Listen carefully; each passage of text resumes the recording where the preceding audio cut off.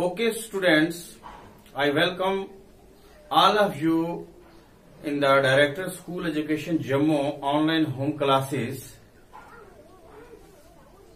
Myself is Mr. Imtiaz Mughal from district Poonch, J&K, and my today's topic for discussion is the cell,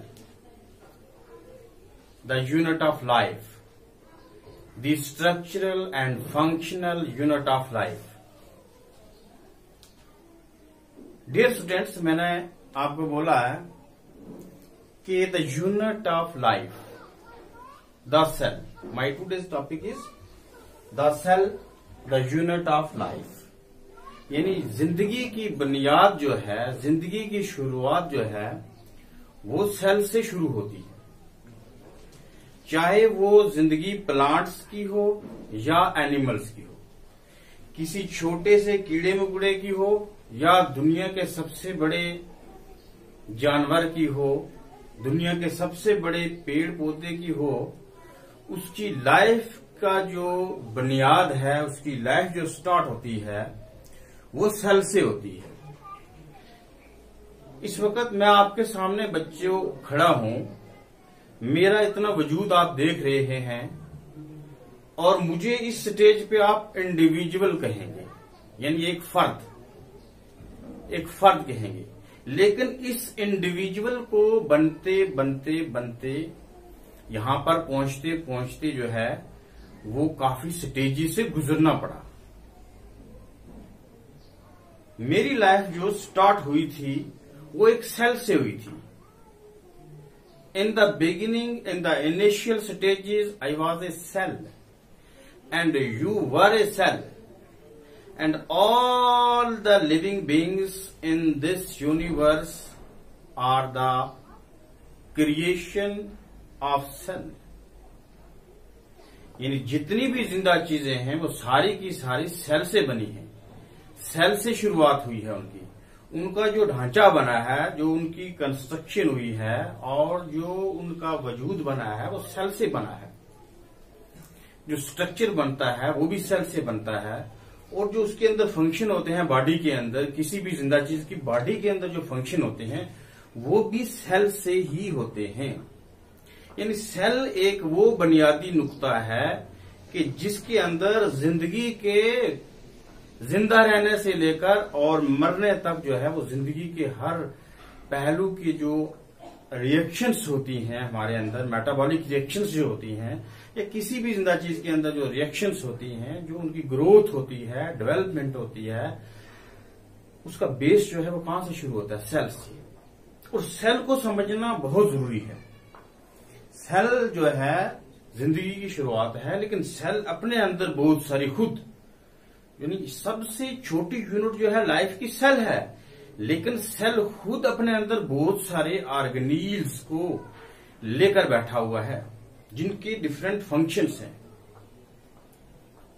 और वो different function ही आगे develop होकर जब एक individual बनता है या टिश्यू बनता है या ऑर्गन बनता है, उसके अंदर जो फंक्शन हो रहे हैं उसकी बेसिकली जो शुरुआत होती है वो सेल से हो चुकी होती है और आगे आस्ता आस्ता डेवलपमेंट करते करते जो है वो सेल जो है मल्टीप्लिकेशन करता रहता है।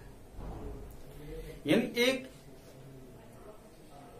इंसान की बॉडी जो है वो एक सेल से नहीं बनी हुई है, वो मल्टी सेल से बनी हुई है। बहुत ज्यादा सेल उसमें होते हैं और बहुत ज्यादा किस्म के सेल उसमें होते हैं, लेकिन शुरुआत एक सेल से हुई थी।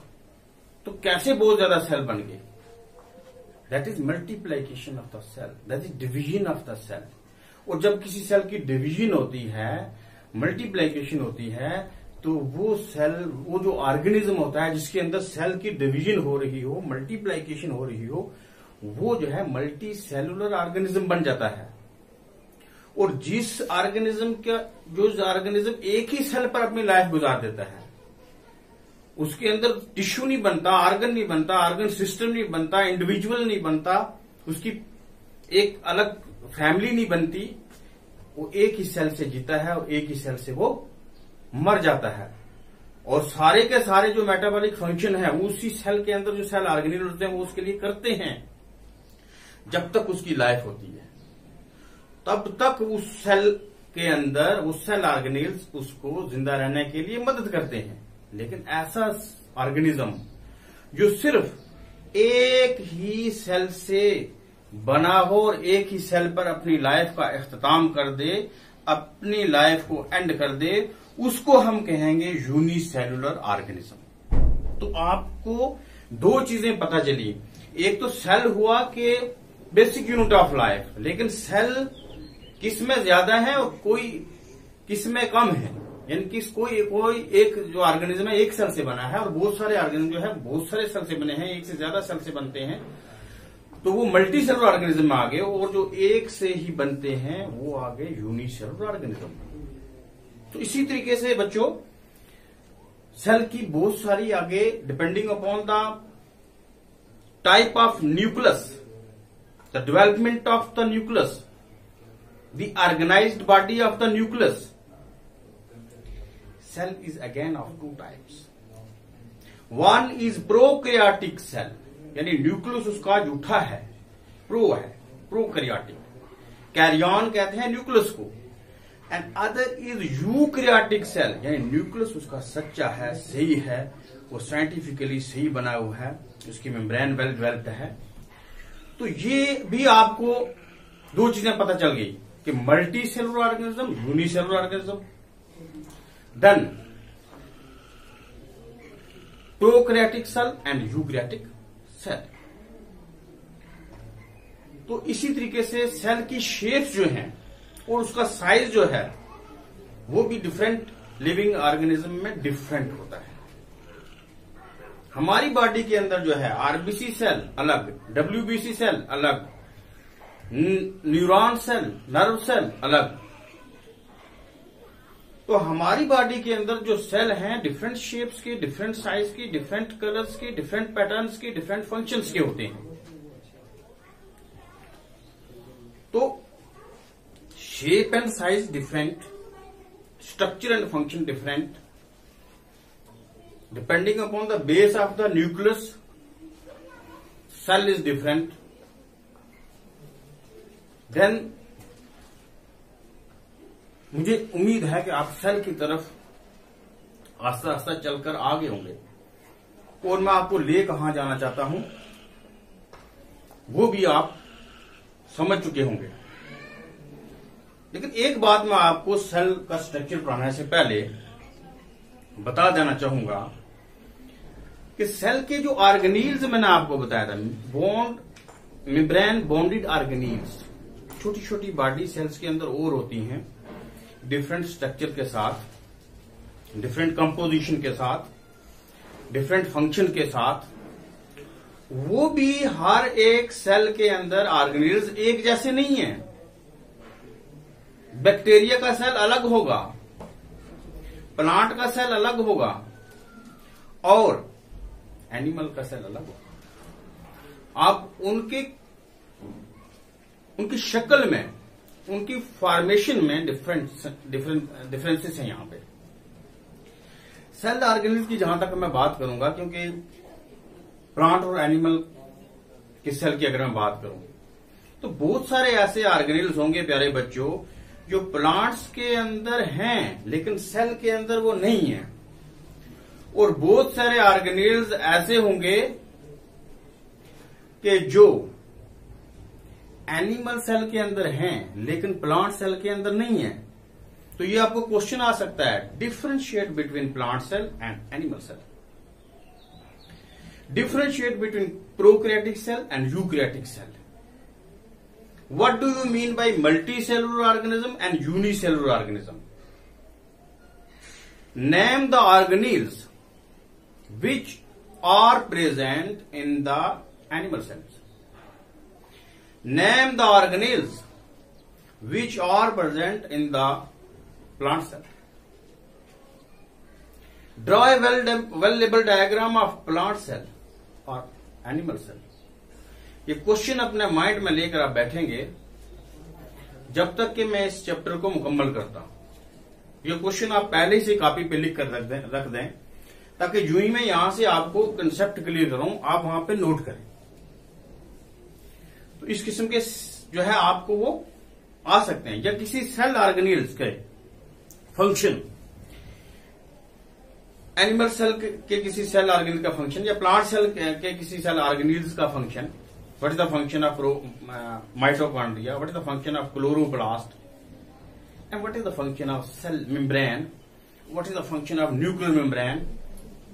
ये क्वेश्चन आपने माइंड में रखने हैं और जितने आंसर मैं आज के इस चैप्टर में अपने लेसन में निकालूंगा अपने मुंह से, उतने आपने नोट करने हैं और समझने की कोशिश करनी है।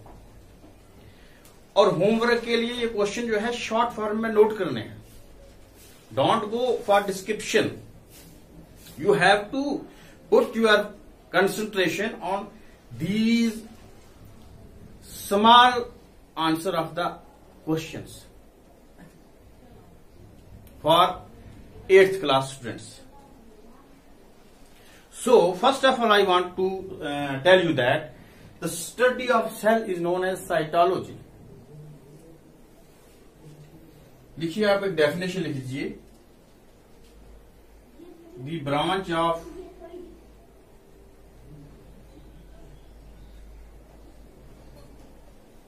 science which deals with the study of cell is known as cytology. There are two words in cytology. Cyto means cell and logy means study. Cyto means cell and logy means study. So the branch of science or the branch of biology we deal with the study of cell is known as cytology. तो प्यारे बच्चों, आज हम क्या कर रहे हैं? Cytology कर रहे हैं। क्या कर रहे हैं? साइटोलॉजी कर रहे हैं, यानी सेल के बारे में पढ़ने की कोशिश कर रहे हैं। तो इसके लिए प्यारे बच्चों, जैसे पहले आपको मैंने बताया था कि कुछ खास जो है डेफिनेशंस आप नोट कर लेंगे। एक तो साइटोलॉजी की मैंने आपको बताया, इसी तरीके से आपको मैंने बताया था यूनिसेलुलर ऑर्गेनिज्म। यूनिसेलुलर ऑर्गेनिज्म, पहले मैंने आपको बताया था कि वो ऑर्गेनिज्म जो कि एक ही सेल से बने हों उनको कहते हैं unicellular organism. Uni means single, cellular means cell. The organisms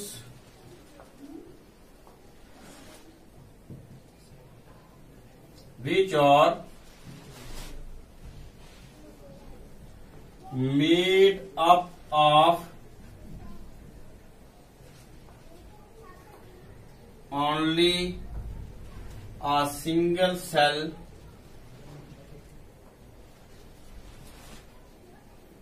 are called as unicellular organism.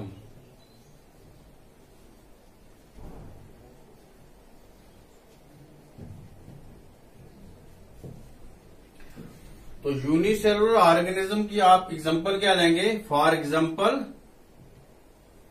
Amoeba, AMOEBA, amoeba एक प्रोटोजोआ एनिमल है, इसको कहते हैं हम unicellular organism. This like structure,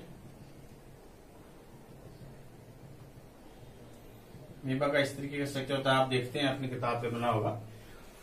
तो then number 3 multicellular organisms.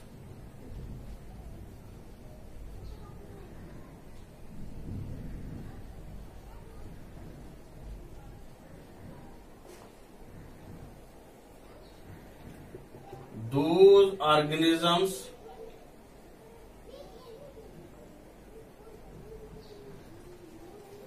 which are made up of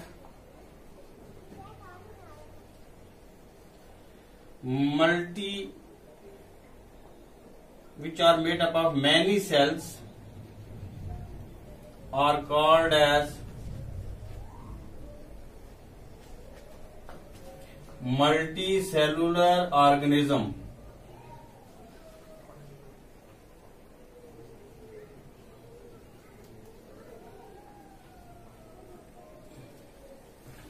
तो प्यारे बच्चों, मल्टीसेलुलर ऑर्गेनिज्म की सबसे बेस्ट एग्जांपल अगर आपको मैं देना चाहूं तो ह्यूमन बीइंग है। इसी तरीके से आप घूसफलाई कह सकते हैं, कॉकरोच कह सकते हो, एटसेट्रा। तो अमीबा के अलावा और भी बहुत सारे यूनिसेलुलर ऑर्गेनिज्म हैं। तो मल्टीसेलुलर ऑर्गेनिज्म जो है बहुत सारे ऑर्गेनिज्म जो हमें दिखाई देते हैं अपनी आंखों से। तो यूनिसेलुलर ऑर्गेनिज्म तो हमें माइक्रोस्कोप के अंदर ही नजर आएंगे, लेकिन मल्टीसेलुलर ऑर्गेनिज्म जो है हम नेक्ड आई से देख सकते हैं कुछ हद तक।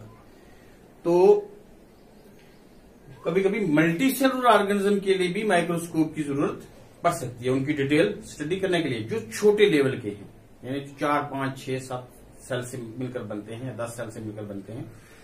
लेकिन मल्टीसेलुलर ऑर्गेनिज्म ऐसे जो हमें चलते फिरते नजर आ रहे हैं, जैसे इंसान है और गाय है, भैंस है, बकरी है, भेड़ है, कौवा है, चिड़िया है, मल्टीसेलुलर ऑर्गेनिज्म। हमारे स्कूल के आंगन में दरख्त हैं, मल्टीसेलुलर ऑर्गेनिज्म। तो ये दो चीजें आपको क्लियर हो गई, unicellular organism then multicellular organism. और एक और मैंने कहा था आपको कि जैसे depending upon the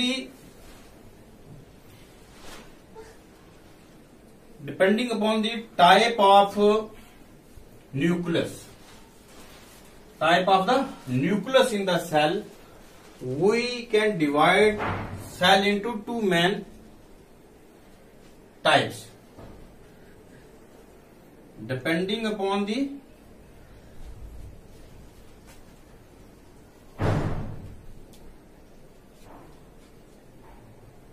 type of nucleus.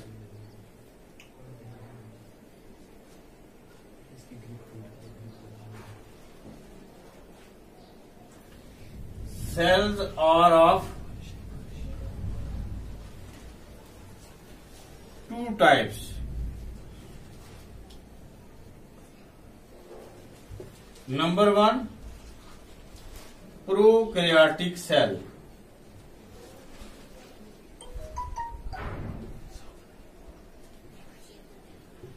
And number 2, eukaryotic cell.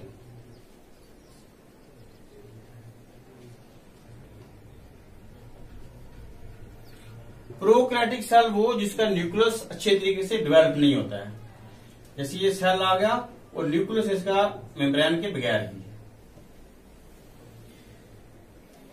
तो यूकैरियोटिक जिस सेल के अंदर न्यूक्लियस वेल डेवलप होता है, ये डिफरेंस है फिजिकली इसका।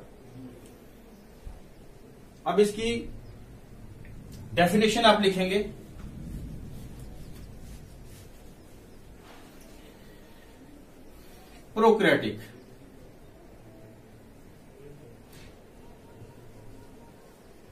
Prokaryotic cell,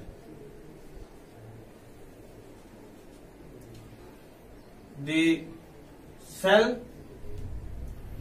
in which nucleus is not fully developed.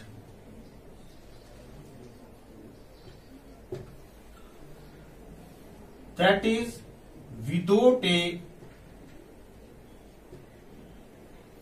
proper nuclear membrane.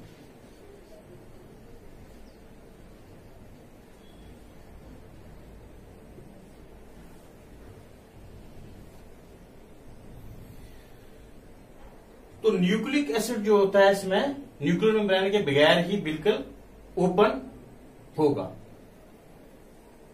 तो न्यूक्लिक एसिड क्या होता है? RNA and DNA, that is genetic material. और जेनेटिक मटेरियल होता कहां पे है? ये क्रोमोसोम पे होता है। क्रोमोसोम में जीन्स होते हैं, छोटे छोटे डॉट लाइक स्ट्रक्चर, ये न्यूक्लियस में होता है। तो यही आगे हेरिडिटरी जो है हमारे कैरेक्टर को ट्रांसफर करते हैं।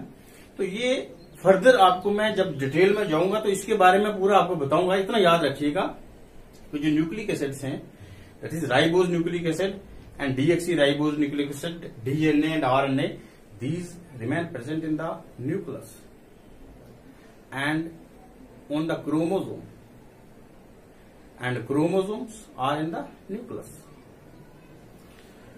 So next definition is eukaryotic cell. Eukaryotic cell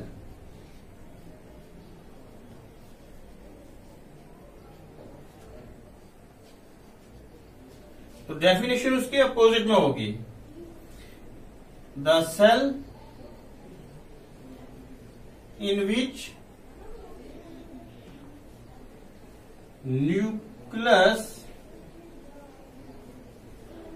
is fully developed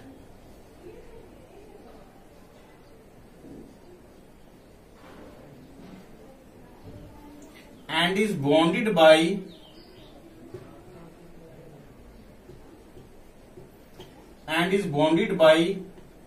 a well developed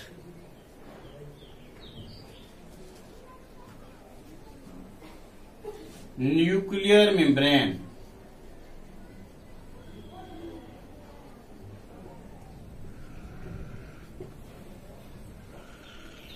तो ये रहा बच्चे आपको कंसेप्ट शिक्षा prokaryotic cell and eukaryotic cell का। तो यूकैरियोटिक सेल जो है जैसे ह्यूमन बीइंग में जितने भी सेल हैं that's are eukaryotic cells. Prokaryotic cell आप बैक्टीरिया के सेल को आप प्रोकैरियोटिक सेल कह सकते हैं। There is no nuclear membrane.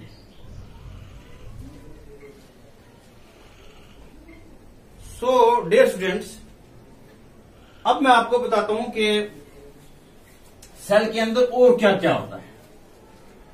तो सेल के अंदर सेल ऑर्गेनील्स होते हैं। Cell organelles,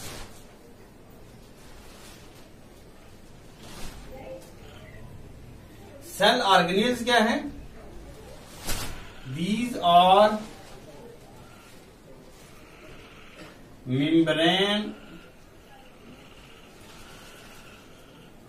bonded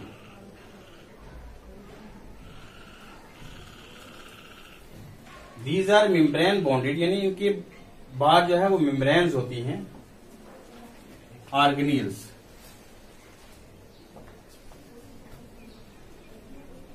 with different functions, और इनके फंक्शंस भी डिफरेंट होते हैं इन ए सेल।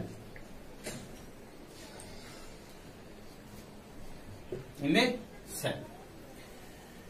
तो अब मैं आपको बताता हूं कि सेल ऑर्गेनील्स जो हैं वो एनिमल सेल के अंदर कौन कौन से सेल ऑर्गेनील्स होते हैं। क्योंकि प्लांट सेल और एनिमल सेल पहले ही मैंने आपको बोला कि नाम के सेल तो दोनों हैं, लेकिन इनकी फिजिकल की और केमिकल कंपोजिशन जो है या ऑर्गेनील्स की कंपोजिशन जो है वो डिफरेंट है। तो पहले हम बात करते हैं एनिमल सेल ऑर्गेनील्स।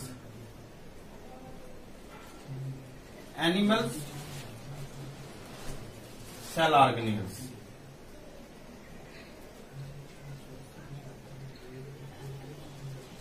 इसमें देखिए आप सेल मेम्ब्रेन होगा,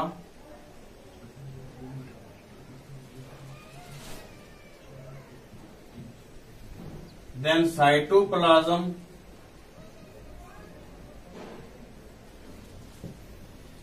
then mitochondria,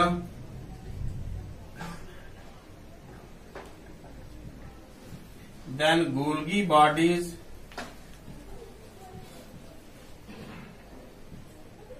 then endoplasmic reticulum,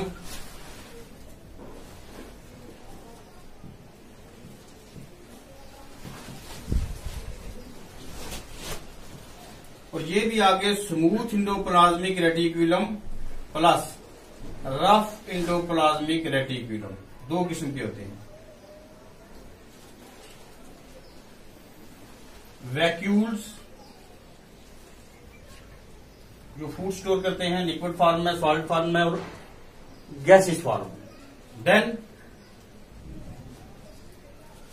lysosomes, suicidal body, जो किसी भी पॉइजनस सब्सटेंस को खुद अपने अंदर जज्ब करके ब्रस्ट होकर खुद अपने आप को मार देते हैं, लेकिन सेल की हेल्थ को बचा के रखते हैं।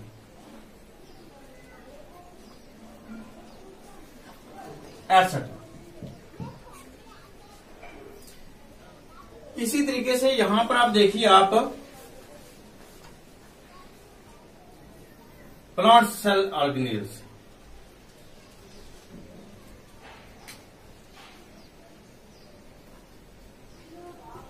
कुछ चीजें जो इसमें होंगी इसमें नहीं होंगी।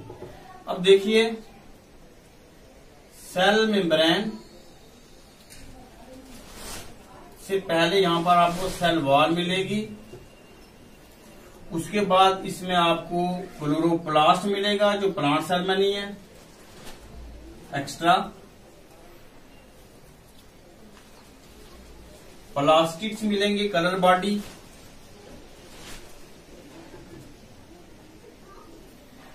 वैक्यूल लार्ज मिलेगा इसमें,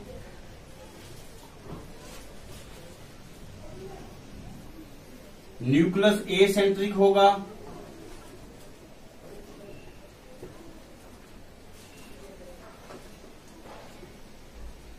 यानी न्यूक्लियस सेंटर से हट के होगा। क्यों हट के होगा? क्योंकि वैक्यूल जो है यहां पर लार्ज होता है, वो जगह ज्यादा ऑक्यूपाई कर लेता है। तो बाकी जो ऑर्गेनिज्म है वो तकरीबन मिलते जुलते हैं, लेकिन कुछ एक डिफरेंसेस हैं। जैसे आपको सेल वॉल यहां मिलेगी, क्लोरोप्लास्ट यहां मिलेगा, प्लास्टिड्स यहां मिलेंगी, वैक्यूल मिलेगा, लार्ज शेप में मिलेगा। वैक्यूल इधर भी है लेकिन इधर स्मॉल होते हैं, इधर लार्ज होते हैं। एसेंट्रिक न्यूक्लियस मिलेगा आपको यहां पे। These are the difference in the cell organelles, these are the difference in the cell organelles. तो प्यारे बच्चों, अब मैं एक एनिमल सेल जो है वो ड्रा कर लेता हूं, उसके बाद अगर टाइम रहा तो प्लांट सेल भी ड्रा करूंगा। एनिमल सेल के बारे में आपको मैं बताता हूं आज। एनिमल सेल जो है मैं भी ड्रा करता हूं यहां पे।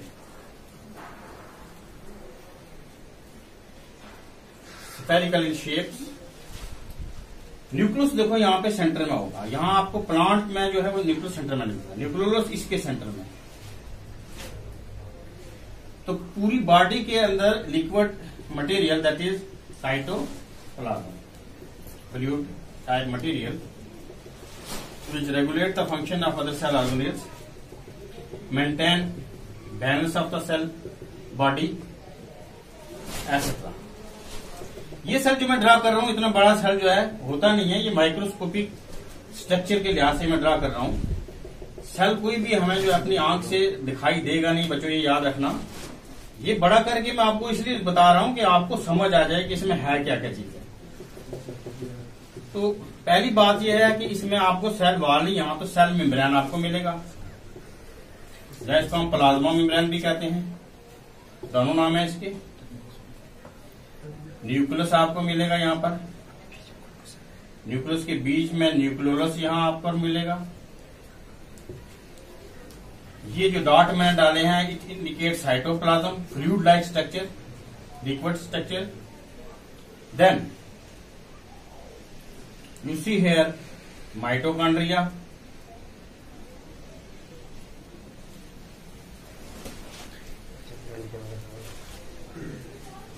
इसके बारे में डिटेल बाद में आपको मैं पढ़ाऊंगा। Mitochondria, power force of the cell,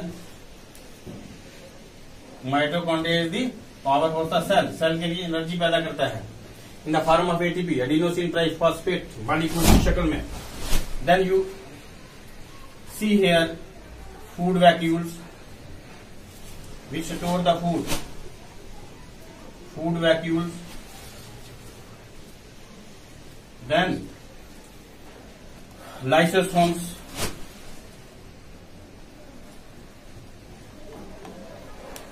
यहां देखिए आपको मिलेंगे